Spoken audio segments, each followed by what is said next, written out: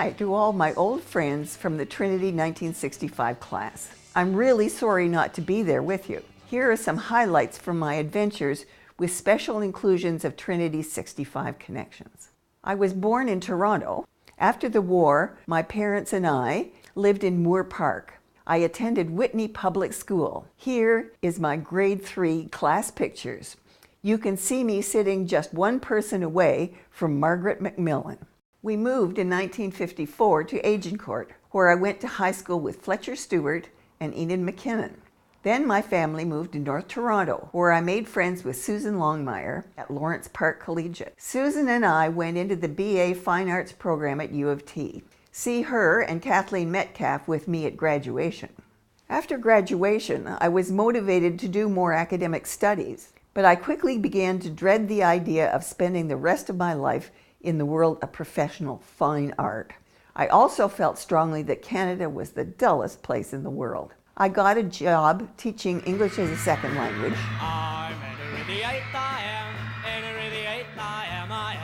In August of 1965, I flew to Tokyo for 6 months of Japanese language training and about 2 weeks of coaching in TESOL. ESL or TESOL was in its infancy as an educational field. Even linguistics was a new area of study then. So with very little idea of how to teach English as a second language, I set off for Kobe to teach ESL in a Protestant school. The classrooms were sparse and unheated, but the classes well attended by local business people and high school students who wanted to maximize their grades in English on their final exams. Many of the students were not content with learning English just in classes. So we met in groups at my apartment after class, and on weekends, we went out often on hikes or sightseeing such as visiting Kyoto. We spoke English a lot, but I improved my Japanese considerably as well. I even got to take private lessons in printing one summer from a well-known woodblock print artist in a tiny town in Shikoku. I caused quite a stir since most people in the town had never seen a foreigner before. After several years, I decided to leave Japan and to take the long way home. I flew to the Philippines and got on a ship. I discovered that my ticket allowed me to get off at various places and I could pick up the next ship on the same ticket. I will brush over several months of travel in Thailand, Malaysia, Singapore, India, and the Seychelles. When we docked at Mombasa in Kenya, I was met by several Canadian CUSO volunteers working in Tanzania.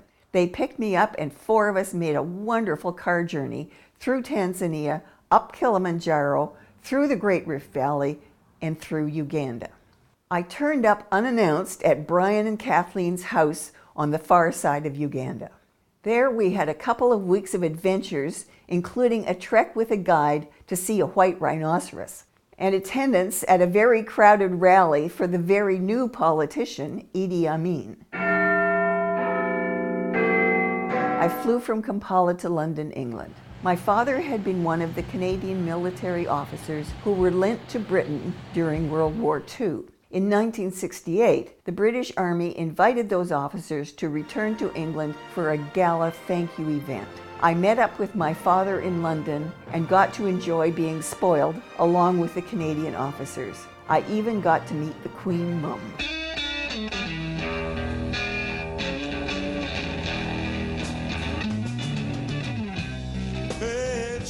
Back in Canada in the summer of 1968, I cast around for what to do. The culture shock was difficult to handle, since I had changed, and the Toronto I came back to was not the one I had left either. I'd never even seen miniskirts before. Immigration to Canada had been rising like a huge tide, and Canada needed the influx of newcomers to support its booming economy.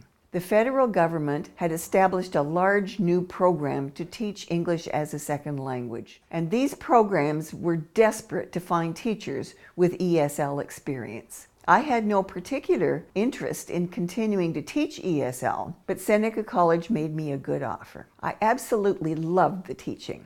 They came from all over the world.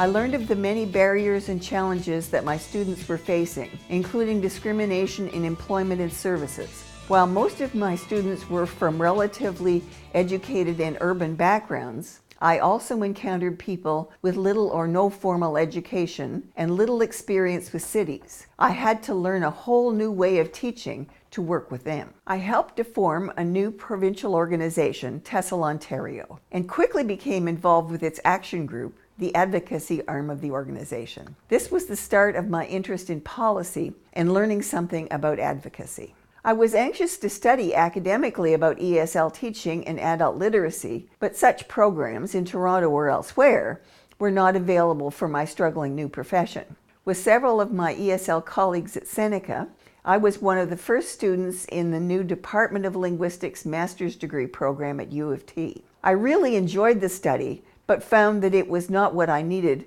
for how to teach ESL. I took a one-year contract to develop ESL curriculum for adult Native students in Prince Albert, Saskatchewan. I worked in a program to create adult basic education materials aimed in part for the Native population. I knew absolutely nothing about Native people. Fortunately, a Cree woman, Rita Bouvier, was working in our office and helped me immensely. I very much wanted to learn Cree, but discovered that the language and context for learning Cree was very different from that of learning Japanese in Japan. Eventually, we were able to go to several Cree and Dene reserves north of Prince Albert to get a sense of what was needed. There were very few roads in the Canadian North then, and even airstrips were scarce. We traveled either in little four-seater float or ski planes, or in old Dakotas gutted to hold freight. The work I did that year was pretty rudimentary, but there were no models and almost no one else was doing this kind of work. Few strategies existed to teach ESL to Native kids in schools or to support Native languages taught as subjects of instruction in the Native schools. So people started offering me work on ESL for Native people as well as teaching of Native languages in schools. This, along with immigration issues, turned into my main life's work. Over my career, I've continued to work in Native communities. This is a lifetime map of my visits. This experience raised for me a burning set of questions concerning the role that language played in the fact that Native children as a whole did much more poorly in school than did the children in the rest of the population. I entered the doctoral program at the Ontario Institute for Studies in Education. In the Modern Language Centre, I found people working with issues of second language education, mostly in French in those days, but also a few fellow students specifically interested and experienced in issues of language in Native education. Meanwhile, life goes on. When I bought my first house, Susan Longmire came to admire it, and I was able to admire her new car. During my doctoral studies, I continued to teach ESL to immigrants, train ESL teachers, and train Native teachers to teach their languages in schools.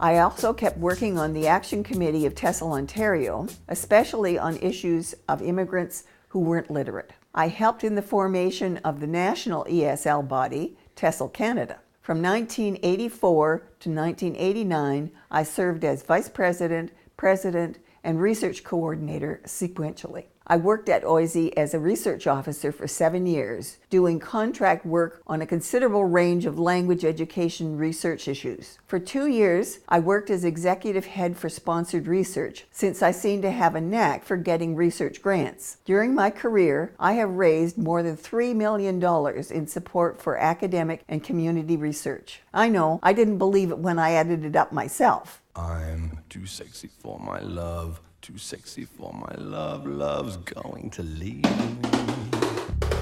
Then I got a faculty position in the Department of Adult Education and was chair for 4 years. When there was a reorganization of OISE, I returned to the Modern Language Centre in 1996, but as a faculty member. In that role, I supervised more than 20 doctoral students, and my research methods students wrote a festschrift for me. Outside of paid work, I was president of World Literacy of Canada.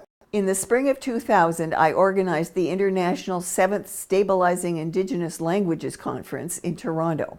I was invited to Oaxaca, Mexico, to talk to teachers there about the use of indigenous languages in education. Meanwhile, I'd been going to Newfoundland for my vacations since about 1982 to stay with Marguerite Mackenzie, a longtime research collaborator on Cree language teaching on the Quebec side of James Bay. She lived at the time in Petty Harbor, a small fishing village in Newfoundland, and I loved the local scene. I decided that if I liked the place that much, I might as well live there. In 2000, I was hired as Dean of Education at Memorial University of Newfoundland. During that time, I served as a member of the Advisory Monitoring Group to the Innu Education Authority of Labrador. We supported the Innu in their negotiation with the federal government for band and reserve status. I remained on the faculty until I retired in 2005. I now volunteer full-time for the Refugee and Immigrant Advisory Council in St. John's. We do a wide range of direct work with refugees and advocate for their support in the community. Here's my buddy, Jose, the president, and some of REACT's activities. Here in St. John's, I have a house and garden which Torontonians couldn't even dream of. And I live next door to Mary Pratt. Also, I'm taking full advantage of the opportunity to indulge my love for landscape and visual arts as well. Here are a few of my paintings.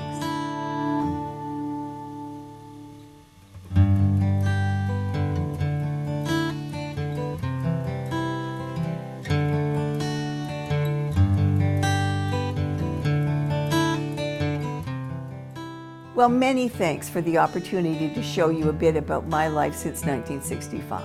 I greatly appreciate the chance and hope that I'll hear your news one way or another in the near future.